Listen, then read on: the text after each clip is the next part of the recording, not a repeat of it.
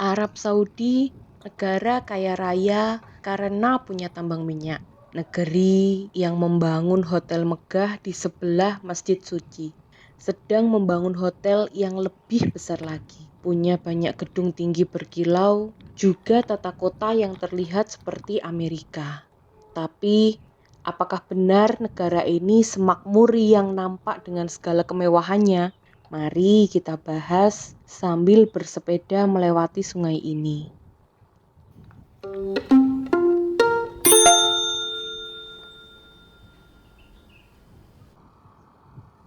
Raja Abdul Aziz bin Abdul Rahman Al Saud, atau di negara barat dikenal dengan nama pendek Ibnu Saud, berhasil menyatukan dataran Najd dan Hejaz, kemudian mengumumkan berdirinya monarki absolut pada 1932 dengan nama Kerajaan Arab Saudi.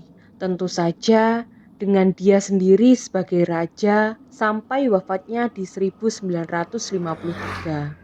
Sekitar setahun sejak berdirinya Kerajaan Arab Saudi, Raja Ibnu Saud memberikan konsesi untuk pengeboran minyak bumi pada September 1933.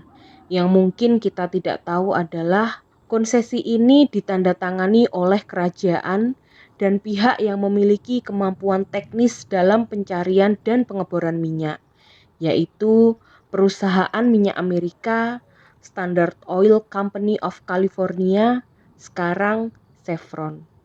Pencarian panjang dan ekstrim di gurun bagian timur Arab Saudi dimulai di akhir 1933, mengerahkan segala sumber daya, mulai dari unta, mobil, sampai pesawat terbang. Singkat cerita, Arab Saudi berhasil menemukan titik pengeboran dan mulai mengebor pada 1935 dan mulai mengekspor minyak pada 1938. Ini didokumentasikan dalam sebuah video yang dirilis perusahaan minyak Arab Saudi, Aramco, pada 1984, Era of Discovery. Dengan minyak yang melimpah, raja menjadi kaya. Rakyat dibagi juga kemakmuran seperti pendidikan, buku-buku, dan layanan kesehatan gratis, sekaligus tanpa pajak. Raja mendukung rakyat secara finansial, yang menyebabkan rakyat mendukung raja secara politik. Kekayaan Arab Saudi terus bertambah dan memuncak ketika harga minyak dunia naik pada dekade 2000-an sampai $140 per barel pada Juli 2008. Namun, krisis finansial yang terutama melanda negara barat pada 2007 sampai 2009 membuat harga minyak tidak stabil. Harga minyak turun sampai $40 per barel hanya dalam jangka waktu sekitar 6 bulan saja. Setelah itu, harga tidak stabil. Bahkan, pada 2016 sempat turun drastis lagi sampai kurang dari $40 per barel. Penurunan ini disebabkan oleh oversupply, terutama oleh Amerika yang produksinya meroket sejak tahun 2014. Tentu, harga rendah ini kurang menguntungkan. Industri minyak sebenarnya juga punya ancaman lain, yaitu ketika permintaan minyak sampai puncak dan setelah itu akan berangsur turun, sehingga akan ada masanya jualan minyak tidak akan untung lagi. Kondisi ini disebut peak oil. Laporan dari IMF menyebutkan bahwa peak oil akan terjadi pada 2030. Tapi perusahaan minyak Belanda, Shell, mengumumkan bahwa peak oil sudah terjadi pada perusahaan itu di 2019. Seiring dengan komitmen mereka bertransisi menuju nol emisi pada 2050. Laporan IMF juga menyebutkan jika negara-negara Timur Tengah tidak segera meningkatkan ekonomi dari sumber non-minyak, simpanan mereka sebesar $2 triliun akan habis tidak lama lagi pada 2034.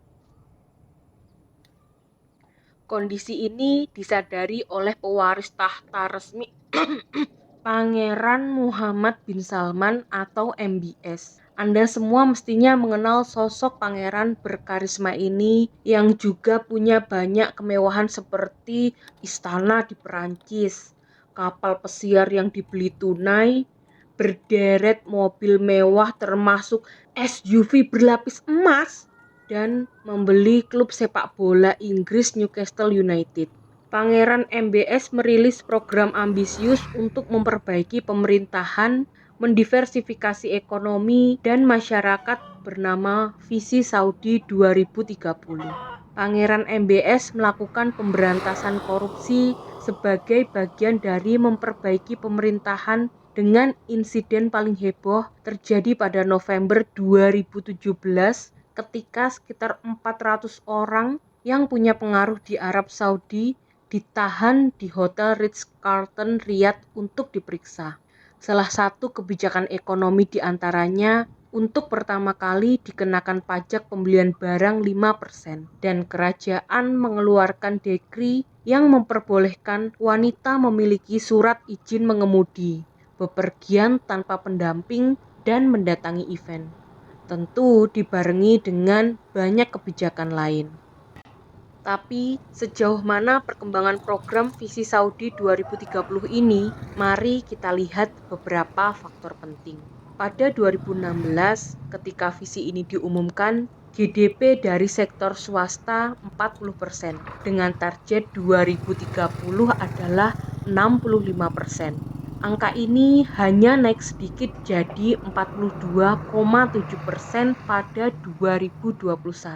Selain itu, investasi luar negeri sebesar 3,8% ditargetkan naik jadi 5,7% pada 2030.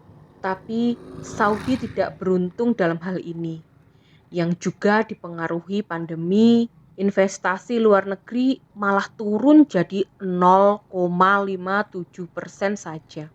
Hal yang cukup bagus adalah ekspor dari sektor non-minyak yang ditargetkan jadi 50% di 2030. Dari 16% di 2016 naik menjadi 22,4%. Tapi ini juga masih kurang dari target pertumbuhan yang diinginkan. Dengan kenyataan ini, saya hanya bisa bilang, good luck Saudi. Pelajaran dari pengalaman ekonomi di Arab Saudi adalah ketika kita kaya, tapi tidak bijak. Hal itu bisa fatal di kemudian hari. Dan ekonomi yang bergantung pada minyak tidak akan bisa selamanya. Bermewah-mewah dengan beli mobil dan kendaraan bermotor lain yang makin lama makin membesar, boros pakai BBM, dan minta subsidi BBM selalu ada. Tidak akan baik untuk ekonomi kita semua. Saya bicara ke Anda, pemirsa, faktanya pemerintah kita sekarang sedang pusing soal ekonomi dan subsidi BBM. Meskipun pemerintah juga salah soal subsidi BBM dan menjadikannya bom waktu.